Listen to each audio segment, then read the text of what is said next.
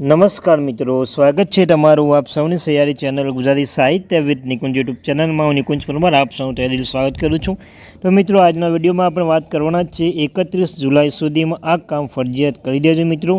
જૂન માસનું pension કેટલું આવશે મિત્રો? તમને ખ્યાલ છે કે જૂન માસનો છેલ્લો દિવસ અને જે આવતા આજનો દિવસ જુલાઈ છે, તો જુલાઈમાં જૂન માસનું કેટલું પેન્શન આવશે તો તેના વિશે આપણા વિડીયોમાં ચર્ચા કરવાના છે। તો વિડીયો એન્ડ સુધી બનાવી રહેજો। તે પહેલાં જે વોટ્સઅપ ચેનલ, ટેલિગ્રામ ગ્રુપ બંને બનાવ્યું છે, લિંક ડિસ્ક્રિપ્શનમાં મૂકું છું મિત્રો, આવશે જોઈન થઈ જજો। ચાલો વિદ્યાર્થી મિત્રો, વધારે સમય ન બગાડતા આજના વિડીયોની શરૂઆત કરું છું।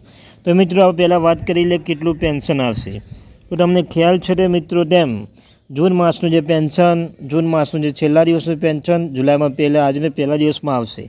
તો તમને ખબર છે કે માર્ચ મે અને મેમાં બંને જે નિયમિત પેન્શન તમને મળી જતું, સાથે મિત્રો 3% તફાવત, મોંઘવારી ભથ્થાનો 3% તફાવત મળ્યા હતા। સાથે મિત્રો જૂન મહિનાનું જે પેન્શન આવ્યું તેમાં પણ જૂન એટલે મિત્રો મે મહિનાનું જે પેન્શન જૂનમાં આવે, મે મહિનામાં 2% મિત્રો પેન્શન તમને મળ્યું હતું, પરંતુ આ મહિનાનું એટલે કે જૂન મહિનાનું પેન્શન તમને કેટલું મળશે?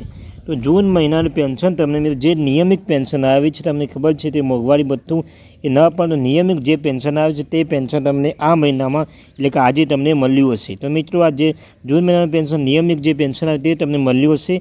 તો મિત્રો, આ તે પેન્શન બાબતની ચર્ચા। તો હવે વાત કરી લે જે ફરજિયાત કામ 31 જુલાઈ મિત્રો આ મહિનામાં તમે આ કામ ફરજિયાત કરવું જ પડશે। તો કયું કામ ફરજિયાત કરવું પડશે તો તેના વિશે આપણે આ ચર્ચા કરવાના છીએ। તો મિત્રો, તમે જોઈ શકો છો કે જે પેન્શનો જે બેંકમાંથી પેન્શન મેળવતા હોય તે બેંકના જોઈએ તો 31 જુલાઈ સુધીમાં 2024 સુધીમાં તો હયાતીનું ખરાઈ, તો મિત્રો કદાચ વાર્ષિક જે હયાતી ખરાઈ કરવાની છે તેમાં હયાતીની ખરાઈ તમે કરવાની હશે મિત્રો। જે 31 જુલાઈ આ જ મહિનામાં છેલ્લી તારીખ સુધીમાં વાર્ષિક હયાતીની ખરાઈ કરી દેવામાં આવશે।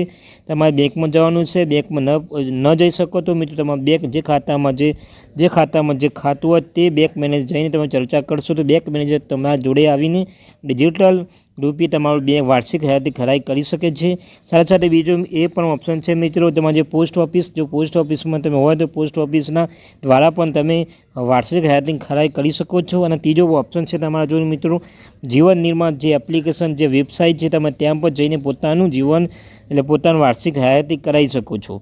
સાથે મિત્રો બીજી પણ અપડેટ એ છે કે માસિક કોમ્યુટેશનની સમયગાળો કેટલો રહેશે? તો તમને ખ્યાલ છે મિત્રો, હાલ યુટ્યુબમાં ઘણા જે એવા વિડીયો છે કે જે અલગ સમયગાળો બતાવે છે, પરંતુ મિત્રો તમારો જે સમયગાળો છે તે છે મિત્રો 13 વર્ષનો તમારો સમયગાળો છે મિત્રો। હજુ કોઈ સુધાર કરવામાં આવ્યો નથી, તો મિત્રો હજુ કોઈ સ્પષ્ટ પરિપત્ર પણ જાહેર કરવામાં આવ્યો નથી। જો જાહેર કરવામાં આવશે તો મને જણાવવામાં આવશે। તો મિત્રો તમારો જે હાલ સમયગાળો છે 13 વર્ષનો સમયગાળો છે। તો મિત્રો, આ હતી તેની અપડેટો। આવીને અપડેટ મેળવવા માટે આપણે આ ચેનલ ગુજરાતી સાહિત્ય વિથ નિકુંજ ચેનલને સબસ્ક્રાઈબ કરવાનું ભૂલશો નહીં। મળીશું એક નવા વિડીયો સાથે। Thank you very much watching my video.